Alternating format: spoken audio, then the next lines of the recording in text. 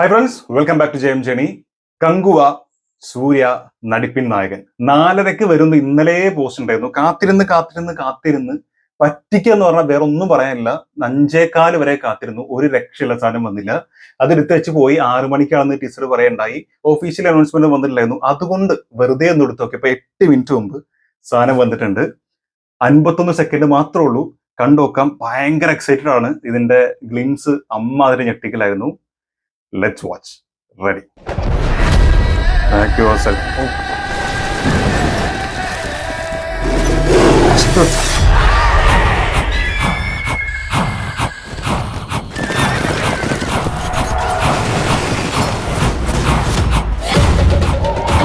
Oh.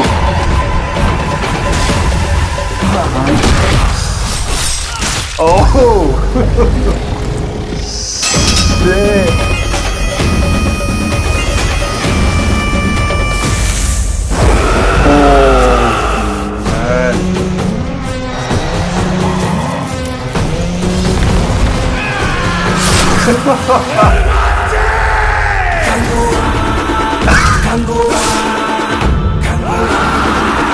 എന്റെ പൊന്നു.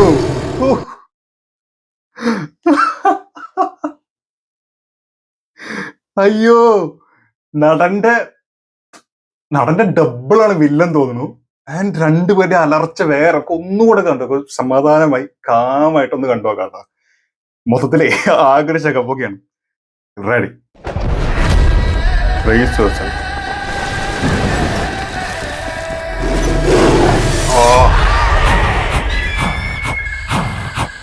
എന്റെ മോനെ, എത്ര പേരാണത്?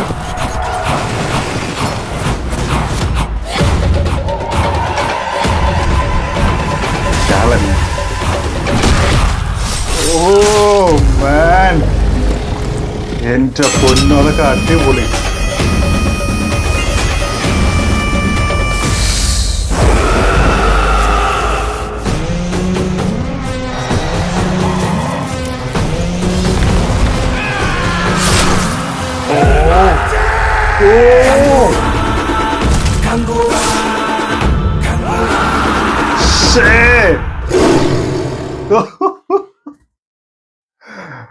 അയ്യോ, 51 സെക്കൻഡ് പ്രത്യേകിച്ച് ഒന്നും വിട്ടു തന്നിട്ടില്ല.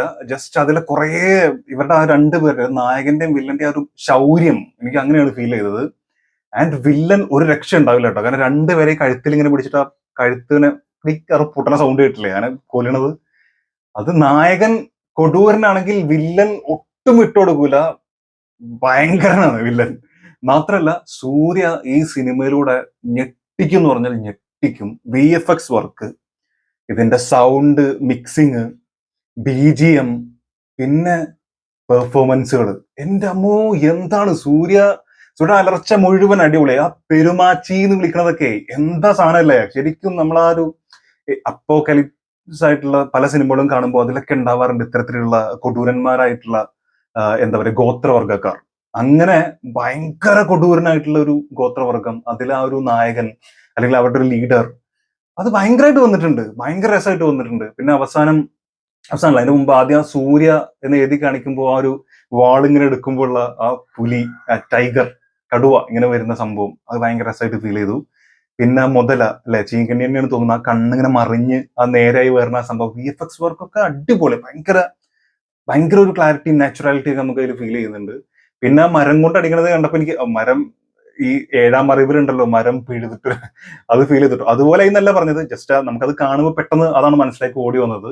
പിന്നെ വാളുകൊണ്ട് അറക്കുന്നു, വെട്ടുന്നു. അത് മാത്രല്ല, ഒരുപാട് ആളുകളെ കൊന്നിട്ട് ഇങ്ങനെ കൊണ്ടുവന്ന് കൂട്ടിയിട്ടിരിക്കുന്ന സാധനം മേലെന്നുള്ള ഷോട്ട്, അത് ഭയങ്കര രസമായിട്ട് ഫീൽ ചെയ്തു.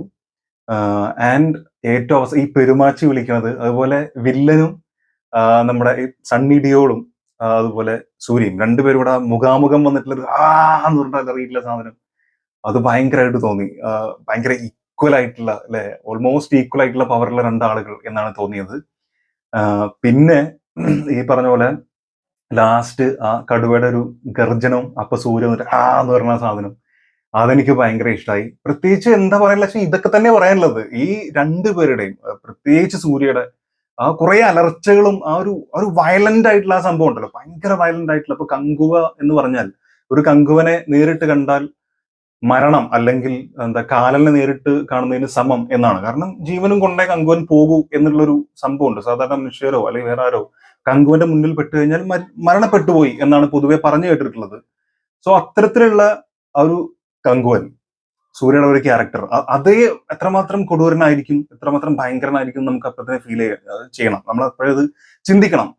അങ്ങനെ ഒരാളുടെ ഓപ്പോസിറ്റ് വരുന്ന ക്യാരക്ടറാണ് സണ്ണി ഡിയോളിന്റെ ഒരു ക്യാരക്ടർ. മാത്രമല്ല പുള്ളി കൊന്നു തള്ളുകയാണ്. ആ രണ്ടുപേരൊക്കെ കയ്യിൽ ഇങ്ങനെ പിടിച്ചു വെച്ചിട്ട് ഞാൻ പറഞ്ഞില്ല, ആ കഴുത്തിങ്ങനെ ഞെക്കി പിരിച്ച് ആ കഴുത്തൊടിച്ചു കൊല്ലുന്നത് കറക്റ്റ് ആയിട്ട് അത് ഫീൽ ചെയ്യുന്നുണ്ട്. അപ്പൊ എത്രമാത്രം പവർഫുൾ ആയിരിക്കും അയാൾ. അപ്പോ നായകസ്ഥാനത്ത് വരുന്ന ഈ കങ്കുവൻ തന്നെ ഇത്രമാത്രം അതിശക്തനാണെങ്കിൽ അയാൾക്ക് ഓപ്പോസിറ്റ് വരുന്ന വില്ലൻ അതിനേക്കാൾ ശക്തനാണെങ്കിൽ അപ്പൊ എന്തായിരിക്കും കഥയുടെ ഒരു നിലവാരം എന്നുള്ളത് ചിന്തിച്ചാൽ തന്നെ മനസ്സിലാവും. അപ്പോ 50 സെക്കൻഡിന്റെ ചെറിയൊരു സീൻ ടീച്ചറൊക്കെ ഇങ്ങനെ തരാണ് ഏറ്റവും ബെറ്റർ. അതുകൊണ്ട് ഗ്ലിംസ് ഇതിനേക്കാളൊക്കെ കുറച്ചുകൂടെ ഉണ്ടായിരുന്നു എന്ന് എനിക്ക് ഫീൽ ചെയ്യുന്നു ഇപ്പോൾ കാണുമ്പോൾ. ഗ്ലിംസിൽ കുറച്ചും കൂടെ എന്തൊക്കെയോ കാണാനുണ്ടായിരുന്നു.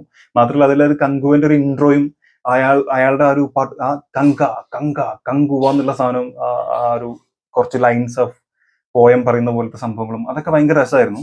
ഇതിലേക്ക് വരുമ്പം ഭയങ്കര ഒരു വയലൻസ്. എന്താണ് സംഗതി, നമുക്ക് പ്രത്യേകിച്ച് ഒരു സ്റ്റോറി ലൈനോ സംഭവങ്ങളോ ഒന്നുമില്ല. ഇവർ രണ്ട് പേര് തമ്മിലുള്ള ഒരു വയലന്റ് ആയിട്ടുള്ള കുറെ സംഭവങ്ങളാണ് നമുക്ക് കാണിച്ചു തന്നിട്ടുള്ളത്. അതുകൊണ്ട് അത് ഭയങ്കരമായിട്ട് എനിക്ക് ഫീൽ ചെയ്യുകയും ചെയ്തു. 2 പ്രാവശ്യം കാണേണ്ടതുണ്ട്. ആക്ച്വലി ഇത് ഒന്നും കൂടെ ഇരുന്ന് കാണണം, എന്നാലേ നമുക്ക് കുറച്ചും കൂടി എന്തെങ്കിലുമൊക്കെ മറഞ്ഞു കിടക്കുന്നുണ്ടെങ്കിൽ മനസ്സിലാക്കാൻ പറ്റുള്ളൂ. ഒറ്റയടിക്ക് അതൊന്നും മനസ്സിലാക്കാൻ കഴിയില്ല. ഒറ്റയടിക്ക് കാണുമ്പോൾ ഇറ്റ്സ് ഔട്ട്സ്റ്റാൻഡിങ് എന്നാണ് പറയാനുള്ളത്.